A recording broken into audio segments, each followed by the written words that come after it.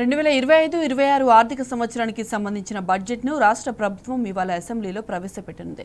ఉదయం 9 గంటలకు రాష్ట్ర మంత్రివర్గం సమావేశం కానుంది. ఈ సందర్భంగా ఆర్థిక శాఖ రూపొందించిన బడ్జెట్కు ఆమోదం తెలపనుంది. అనంతరం 11 గంటల 14 నిమిషాలకు శాసనసభలో డిప్యూటీ సీఎం ఆర్థిక మంత్రి భట్టి విక్రమార్క శాసన మండలిలో మంత్రి శ్రీధర్ బాబు బడ్జెట్ను ప్రవేశపెట్టనున్నారు. సుమారు 3.10 లక్షల కోట్లతో బడ్జెట్ను రూపొందించినట్లు ఇప్పటికే ఆర్థిక శాఖ వర్గాలు లీకులిచ్చాయి. గతేడాది బడ్జెట్ కన్నా దాదాపు 7% అదనంగా బడ్జెట్ ఉంటుందని పేర్కొన్నాయి.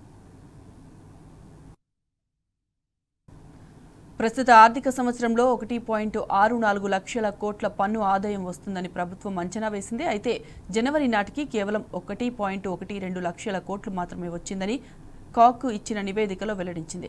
మార్చి చివరి నాటికి 1.25 లక్షల కోట్ల వరకు రావచ్చని అంచనా వేస్తుంది. అయితే కీలక రంగాల్లో స్తబ్దత కొనసాగుతుండటంతో ఈ ఏడాది కూడా పన్ను ఆదాయం అంచనాలను చేరుకోవడం కష్టమేనని చెబుతున్నారు.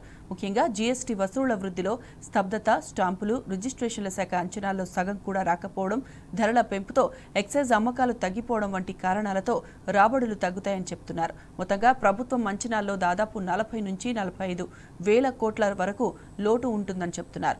ఈ నేపథ్యంలో అప్పులు, భూముల అమ్మకాలపైనే ఆధారపడక తప్పదని స్పష్టం చేస్తున్నారు.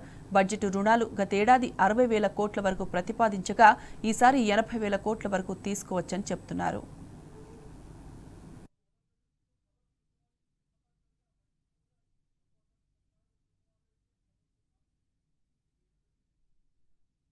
తాజా బడ్జెట్లో వ్యవసాయ రంగానికి భారీగా కోతలు విధించే అవకాశం ఉందని తెలుస్తోంది. 2024-25లో వ్యవసాయ రంగానికి 49,383 కోట్ల రూపాయలు కేటాయించారు. ఇందులో రుణమాఫీకే 26,000 కోట్లు వెచ్చించారు. ప్రభుత్వం రుణమాఫీ పూర్తయిందని చెప్పుకుంటున్న నేపథ్యంలో ఈ మేరకు నిధులు తగ్గించే అవకాశం ఉందని సమాచారం. దాదాపు 25.30 కోట్లు వ్యవసాయానికి కేటాయించే అవకాశం ఉందని తెలుస్తోంది. స్థానిక సంస్థలు, మున్సిపల్ కార్పొరేషన్ల ఎన్నికల నేపథ్యంలో వాటికి నిధులు కేటాయించే అవకాశం ఉందని సమాచారం.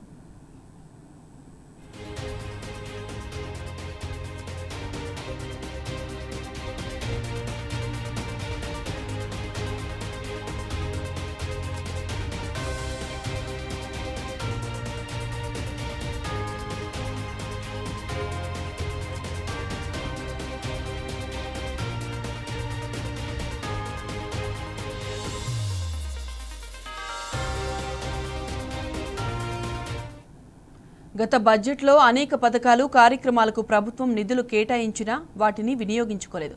ఇదే తరహాలో ఈసారి తూతూ మంత్రపు కేటాయింపులే ఉండొచ్చంటున్నారు. 2024-25లో పంట లభ్యమకు 1,300 కోట్లు కేటాయించినా అమలు చేయలేదు. 2 దఫాల్లో రైతు భరోసా పథకానికి 15,000 కోట్లు కేటాయించినా ఒక్కసారి మాత్రమే విడుదల చేశారు. ఇందిరమ్మ ఇండ్ల పథకానికి 7,740 కోట్లు కేటాయించగా ₹1 వినియోగించలేదు. సీఎం దళిత సాధికారిత పథకానికి 2,000 కోట్లు కేటాయింపులకే పరిమితమయ్యాయి.